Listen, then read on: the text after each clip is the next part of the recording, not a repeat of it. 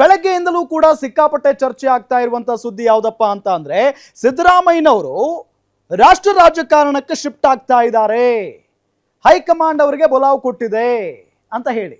ಅಂದ್ರೆ ಬಹಳ ಪ್ರಮುಖವಾಗಿ ಸಿಎಂ ಸಿದ್ದರಾಮಯ್ಯನವರು ತಮ್ಮ ಸ್ಥಾನವನ್ನ ಕಳೆದುಕೊಳ್ಳೋದು ಆ ದಿನ ಬಹಳಷ್ಟು ಹತ್ತಿರ ಇದೆ. ಹಾಗಾಗಿನೇ ಹೈಕಮಾಂಡ್ ಈ ರೀತಿಯಾದಂತ ನಿರ್ಧಾರವನ್ನ ಮಾಡಿದೆ, ಸಿದ್ದರಾಮಯ್ಯನವರನ್ನ ರಾಷ್ಟ್ರ ಮಟ್ಟದ ರಾಜಕಾರಣಕ್ಕೆ ಕರೆಸಿಕೊಳ್ಳುವಂತ ಪ್ಲಾನ್ ಮಾಡಿದೆ ಅಂತ ಹೇಳಲಾಗ್ತಾ ಇತ್ತು.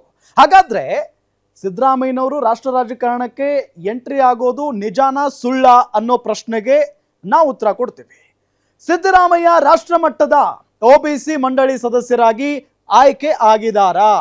ಎಐಸಿಸಿ ಇಂದ ರಾಷ್ಟ್ರೀಯ ಮಟ್ಟದ ಸಲಹಾ ಮಂಡಳಿ ಸ್ಥಾಪನೆ ಮಾಡಲಾಗಿದೆ. ಕಾಂಗ್ರೆಸ್ ಅಧ್ಯಕ್ಷ ಖರ್ಗೆ ಅವರಿಂದ ಸಲಹಾ ಮಂಡಳಿ ಸ್ಥಾಪನೆಯನ್ನ ಮಾಡಲಾಗಿದೆ. ಈ ವಿಚಾರ ನನಗೆ ಗೊತ್ತೇ ಇಲ್ಲ ಅಂತ ಸಿದ್ದರಾಮಯ್ಯನವರು ಹೇಳಿಕೆಯನ್ನ ಕೊಟ್ಟಿದ್ದಾರೆ. ಈ ವಿಚಾರ ಸಿದ್ದರಾಮಯ್ಯನವರಿಗೆ ಗೊತ್ತಿಲ್ಲ. ಬೆಳಗ್ಗೆಯಿಂದ ಒಬಿಸಿ ಮಂಡಳಿ ಅಧ್ಯಕ್ಷ ಎಂಬ ವಿಚಾರ ಸಿಕ್ಕಾಪಟ್ಟೆ ಹಲ್ಚಲ್ ಮೂಡಿಸಿದೆ. ಸಿದ್ದರಾಮಯ್ಯನವರು ಒಬಿಸಿ ಮಂಡಳಿಯ ಅಧ್ಯಕ್ಷರಾಗ್ಬಿಟ್ಟಿದ್ದಾರೆ. ಸೊ ಹಾಗಾಗಿ ಮುಖ್ಯಮಂತ್ರಿ ಸ್ಥಾನವನ್ನ ಬಿಟ್ಕೊಟ್ಟು ಅವರು ರಾಷ್ಟ್ರ ರಾಜಕಾರಣಕ್ಕೆ ಹೋಗ್ತಾರೆ ಅಂತೆಲ್ಲ ಬಹಳಷ್ಟು ಚರ್ಚೆ. ವಿಪಕ್ಷಗಳಂತೂ ಇದರ ಬಗ್ಗೆ ಟೀಕೆ ಮಾಡ್ತಾನೆ ಇರೋದು. ಇದರ ಜೊತೆಗೆ ಈ ಸೆಪ್ಟೆಂಬರ್ ಕ್ರಾಂತಿಗೂ ಮೊದಲೇ ಸಿದ್ದರಾಮಯ್ಯನವರು ಕುರ್ಚಿ ಬಿಟ್ಟುಕೊಡ್ತಾರೆ, ರಾಷ್ಟ್ರ ರಾಜಕಾರಣಕ್ಕೆ ಹೋಗ್ತಾರೆ ಅನ್ನೋ ನಿಟ್ಟಿನಲ್ಲಿ ಬಹಳಷ್ಟು ಚರ್ಚೆ ಇವತ್ತು ಬೆಳಗ್ಗೆಯಿಂದಲೂ ಕೂಡ ನಡೆದೇ ಇದೆ. ಹಾಗಾಗಿನೇ ಇದ್ರ ಬಗ್ಗೆ ಸಿಎಂ ಸಿದ್ದರಾಮಯ್ಯನವ್ರನ್ನ ಕೇಳಿದಂತ ಸಂದರ್ಭದಲ್ಲಿ ಅವರು ಹೇಳ್ತಾರೆ, ಇಲ್ಲ ನನಗೆ ಈ ವಿಚಾರವೇ ಗೊತ್ತಿಲ್ಲ, ಈ ಮ್ಯಾಟರೇ ಗೊತ್ತಿಲ್ಲ ಅಂತ ಹೇಳಿ ಸಿದ್ದರಾಮಯ್ಯನವರು ಹೇಳಿಕೆಯನ್ನ ಕೊಡ್ತಾರೆ. ಹಾಗಾದ್ರೆ ಇದು ಎಷ್ಟರ ಮಟ್ಟಿಗೆ ನಿಜ, ಎಷ್ಟರ ಮಟ್ಟಿಗೆ ಸುಳ್ಳು, ಇದನ್ನ ಗಮನಿಸ್ತಾ ಹೋಗೋಣ. ಸಿದ್ದರಾಮಯ್ಯ ರಾಷ್ಟ್ರ ರಾಜಕಾರಣಕ್ಕೆ ಎಂಟ್ರಿ ಆಗ್ತಾ ಇರೋದು ನಿಜಾನ ಸುಳ್ಳ? ಸಿದ್ದರಾಮಯ್ಯ ರಾಷ್ಟ್ರ ಮಟ್ಟದ ಒಬಿಸಿ ಮಂಡಳಿ ಸದಸ್ಯರಾಗಿ ಆಯ್ಕೆಯಾಗಿದ್ದಾರೆ. ಸಿದ್ದರಾಮಯ್ಯ ರಾಷ್ಟ್ರ ರಾಜಕಾರಣಕ್ಕೆ ಎಂಟ್ರಿ ಕೊಡ್ತಾರಾ?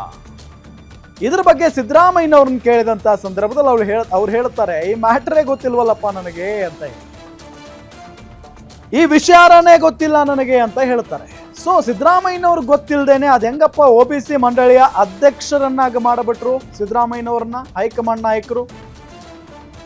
ಇದು ಕೂಡ ಪ್ರಶ್ನೆ ಉದ್ಭವ ಆಗುತ್ತಲ್ಲ. ಬೆಳಗ್ಗೆಯಿಂದಲೂ ಕೂಡ ಒಬಿಸಿ ಮಂಡಳಿ ಅಧ್ಯಕ್ಷ ಎಂಬ ವಿಚಾರ ಹಲ್ಚಲ್ ಸೃಷ್ಟಿ ಮಾಡಿದೆ ರಾಜ್ಯ ರಾಜಕಾರಣದಲ್ಲಿ. ಚರ್ಚೆಯ ಬೆನ್ನಲ್ಲೇ ಸಿದ್ದರಾಮಯ್ಯ ಅಧ್ಯಕ್ಷ ಅಲ್ಲ ಸದಸ್ಯ ಅಂತ ಹೇಳಿ ಹೈಕಮಾಂಡ್ ಸ್ಪಷ್ಟನೆಯನ್ನ ಕೊಟ್ಟಿದೆ. ಯಾಕೆ ಸ್ಪಷ್ಟನೆ ಕೊಡುವಂತ ಕೆಲಸ ಮಾಡ್ತು ಅಂತ ಅಂದ್ರೆ ಹೈಕಮಾಂಡ್, ವಿಪಕ್ಷಗಳು ಒಂದು ಲೆಕ್ಕದಲ್ಲಿ ಕಿಂಡಲ್ ಮಾಡೋದಕ್ಕೆ ಶುರು ಮಾಡಿಬಿಟ್ಟಿದ್ವು ಕಾಂಗ್ರೆಸ್ನ. ಅಂದ್ರೆ ಸೆಪ್ಟೆಂಬರ್ ಕ್ರಾಂತಿ ಅಂತ ಹೇಳಿ KN ರಾಜಣ್ಣ ಅವರು ಹೇಳಿಕೆಯನ್ನ ಕೊಟ್ಟಿದ್ರು. KN ರಾಜಣ್ಣ ಹೇಳಿಕೆಯ ಬೆನ್ನಲ್ಲೇ ಸಿದ್ದರಾಮಯ್ಯನವರು ನಾನೇ 5 ವರ್ಷ ಮುಖ್ಯಮಂತ್ರಿ ಆಗಿರ್ತೀನಿ ಅಂತ ಹೇಳಿಕೆಯನ್ನ ಕೊಟ್ಟಿದ್ರು. ಅದಾದ ನಂತರ ಏಕಾಏಕಿಯಾಗಿ ಹೈಕಮಾಂಡ್ ಇಂಥ ಒಂದು ನಿರ್ಧಾರವನ್ನ ತೆಗೆದುಕೊಂಡಿದೆ. ಹೈಕಮಾಂಡ್ ನಿರ್ಧಾರ ತೆಗೆದುಕೊಂಡಿದೆ, ಅಧ್ಯಕ್ಷರನ್ನಾಗಿ ಆಯ್ಕೆ ಮಾಡಿದೆ ಅಂತ ಅಂದ್ರೆ ಸೊ ಮೇ ಬಿ ಸಿದ್ದರಾಮಯ್ಯನವರು ರಾಜ್ಯ ರಾಜಕೀಯವನ್ನ ಬಿಟ್ಟು ರಾಷ್ಟ್ರ ಮಟ್ಟದ ರಾಜಕಾರಣಕ್ಕೆ ಧುಮುಕ್ತಾರೆ ಅಂತ ಹೇಳಲಾಗ್ತಾ ಇತ್ತು. ಸೊ ಇದರ ಬಗ್ಗೆ ವಿಪಕ್ಷಗಳು ಟೀಕೆ ಮಾಡ್ತಾ ಇದ್ವು ಅಥವಾ ವ್ಯಂಗ್ಯ ಮಾಡ್ತಾ ಇದ್ವು. ಏನಂತ ಅಂದ್ರೆ ಸಿದ್ದರಾಮಯ್ಯನವ್ರ ಕೈಯಲ್ಲಿ ಇದನ್ನ ನಿಭಾಯಿಸಕ್ಕಾಗ್ತಾ ಇಲ್ಲ, ಹಾಗಾಗಿ ಅವರನ್ನ ಕೆಳಗಿಳಿಸಿ ಬೇರೊಬ್ಬರನ್ನ ಮುಖ್ಯಮಂತ್ರಿಯನ್ನಾಗಿ ಮಾಡಿ ಸೊ ಈ ರೀತಿಯಾಗಿ ಒಂದಿಷ್ಟು ಬೆಳವಣಿಗೆಗಳು ಆಗ್ತವೆ ಕಾಂಗ್ರೆಸ್ನಲ್ಲಿ ಅಂತ ಹೇಳಲಾಗ್ತಾ ಇತ್ತು. ಹಾಗಾಗಿನೇ ಕಾಂಗ್ರೆಸ್ ಹೈಕಮಾಂಡ್ ಈಗ ಒಂದು ಸ್ಪಷ್ಟವಾದಂಥ ಸಂದೇಶವನ್ನ ರವಾನೆ ಮಾಡಿದೆ. ಏನಂತ? ಸಿದ್ದರಾಮಯ್ಯನವರು ಅಧ್ಯಕ್ಷ ಅಲ್ಲ ಸದಸ್ಯ ಅಂತ ಹೇಳಿ. ಇದ್ರ ಬಗ್ಗೆ ಕೆಲವೊಂದಿಷ್ಟು ಜನ ಮಾತಾಡಿದ್ದಾರೆ.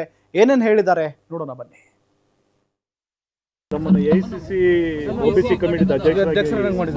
ನಂಗೆ ಗೊತ್ತಿಲ್ಲಪ್ಪ, ನಾನು ಪತ್ರಿಕೆಯಲ್ಲಿ ನೋಡಿರೋದು, ನನಗೆ ಗೊತ್ತಿಲ್ಲ. ನೀವು ಬರೆದಿದ್ದೀರಿ, ನಾನು ಇವತ್ತು ಮಾತಾಡ್ತೀನಿ ಹೈಕಮಾಂಡ್ ಅವ್ರ ಜೊತೆ.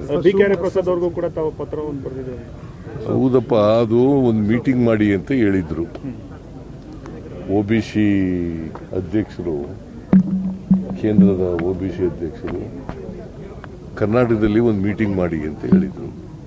ಆ ಮೀಟಿಂಗನ್ನ ನಾನು 15ನೇ ತಾರೀಕಿಗೆ ಅರೇಂಜ್ ಮಾಡಿದ್ದೀನಿ. ಸೊ ನನಗಿದು ಗೊತ್ತಿಲ್ಲ, ಸಂಚಾಲಕರು ಮಾಡಿರೋದು ಅಥವಾ ಏನಾದ್ರು ಚೇರ್ಮನ್ ಮಾಡಿರೋದು ನನಗೇನು ಗೊತ್ತಿಲ್ಲ. ನಾನು ಹೈಕಮಾಂಡ್ ಅವ್ರ ಜೊತೆ ಮಾತಾಡ್ತೀನಿ. ಜವಾಬ್ದಾರಿ ಕೊಟ್ಟಾಗ ಬಿಟ್ಬಿಟ್ಟು ಓಡೋಗಲ್ಲ.